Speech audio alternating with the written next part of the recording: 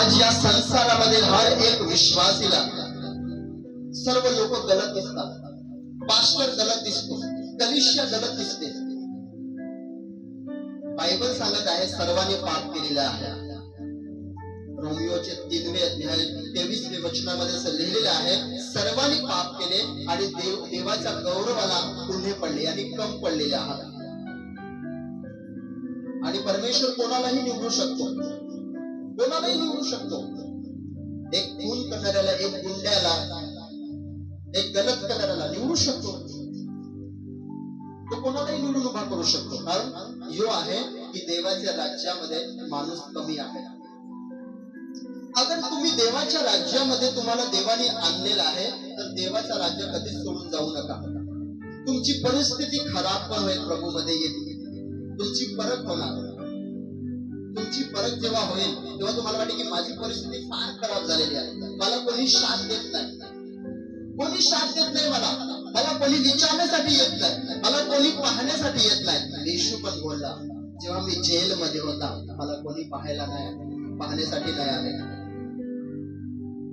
तसं तुम्हाला पण होऊ शकतो की तुमच्या घरच्या व्यक्ती, तुमचा मित्र, तुमची बहीण, तुमचा वडील, तुमचा भाऊ, तुमचा नातेवाईक साहेब तुम्हाला तुमची परिस्थितीमध्ये, जेव्हा तुमची त्या परिस्थितीमध्ये तुम्ही पडाल साहेब, ते तुम्हाला पाहण्यासाठी येणार नाही.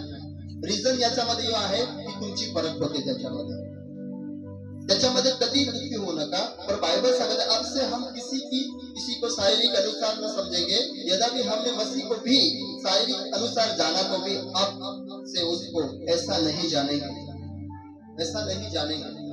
आपण येशू ख्रिस्ताला पण शारीरिक रीतीने असं वाटतं की येशूला आपल्या समानतामध्ये आपण गणतो. आपण आपल्या नजरने की येशू आपल्या समानतामध्ये आहे, मनुष्यप्रमाणे आहे, एक आपल्यासारखा आहे.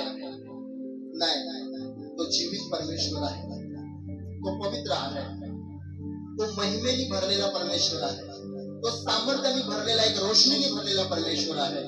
आणि त्याला कोणी बदलू शकत नाही, त्याला कोणी चेंज करू शकत नाही, त्याचे तुल्य कोणीही उभा राहू शकत नाही. हालेलुया.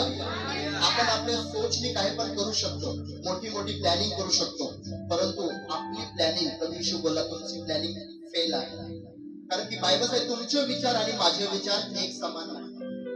तुमची ताकद आणि माझी ताकद एक समान आहे. दोघांमध्ये जमीन आसमानचा फरक आहे. तुमच्यामध्ये आणि माझ्यामध्ये जमीनच्या आणि आसमानचा फरक आहे, डिफरंट आहे. हालेलुया. तर प्रभू येशूला आपल्या समानतांमध्ये गणू नका, कारण की तो परमेश्वर आहे. म्हणून बाइबल सांगत आहे की मसीह को भी शरीर के अनुसार जाना था, तो भी अब से उसको ऐसा नहीं जानेंगे. यापुढे प्रभू येशू ख्रिस्ताला आपल्या समान गणू नका. तो देव आहे, तो मनुष्य नाही, तो परमेश्वर आहे. पहिला परमेश्वर आहे, नंतर मनुष्य आहे, नंतर त्या मनुष्य रूप धारण केला. समजता तुम्ही?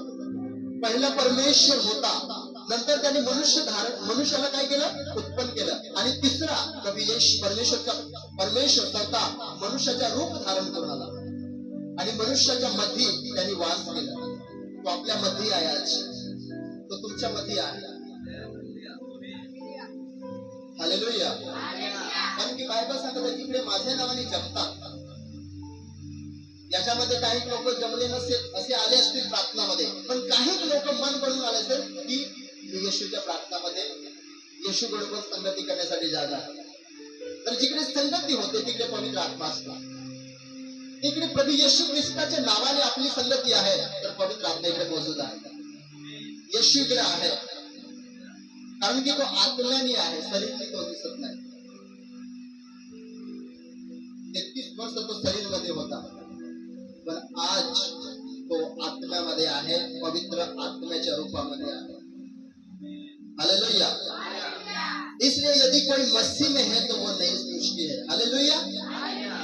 पौलुस बोलतो, अगर आज कोणी ख्रिस्तामध्ये आहे तो नवीन सृष्टी आहे, नवा मनुष्य आहे, नवी उत्पत्ती आहे.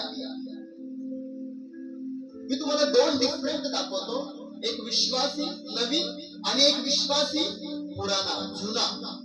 या दोन प्रकारचे मसीही लायक जगतात.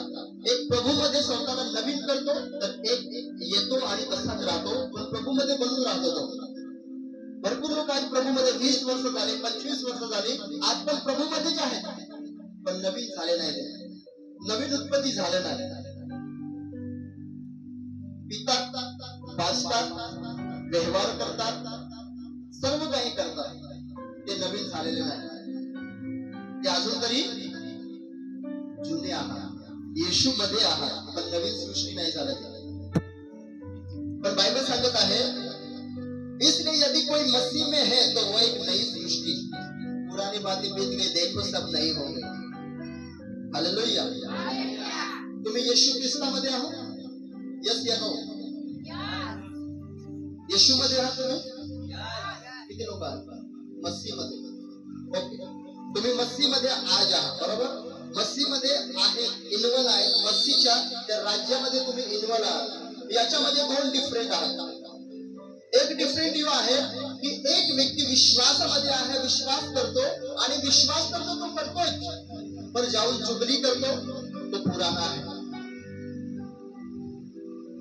एक माणूस विश्वासी आहे, पण लपून लपून काय करतो? लपून लपून दोष लावतो, बुराई करतो, तो अजून तरी जुनाच आहे, तो नवीन झालेला नाही. एक विश्वासी जो प्रभू मध्ये आहे तो अशा प्रकारे आहे की तो प्रभू मध्ये आहे, तो प्रार्थना मध्ये जातो, उपवास करतो, दान देतो, दशवांश देतो, सर्व काही करतो, एक वार पण चुकवत नाही. पण अगर तो दुसऱ्यांची कमी काढत असेल तर तो अजून तरी जुनाच आहे, तो नवीन झाला. पण बायबल सांगत आहे, पौलुस आहे की अगर तुम्ही मसीह मध्ये आहात, ख्रिस्तामध्ये आहात, तर तुम्ही नवी उत्पत्ती आहात. जुने ते होऊन गेले, पहा सर्व नवीन झालेलं आहे. येशूमध्ये जेव्हा आपण येतो तेव्हा परमेश्वराचा दास तुम्हाला शिकवतो काय? या करू नका, या करू नका, ही सोडून द्या, ही सोडून द्या, अशा प्रकारे करा, अशा प्रकारे करा. जेव्हा तुम्ही करता तेव्हा नवीन होतात, पण जेव्हा तुम्ही करत नाही तुम्ही जुनेच राहता.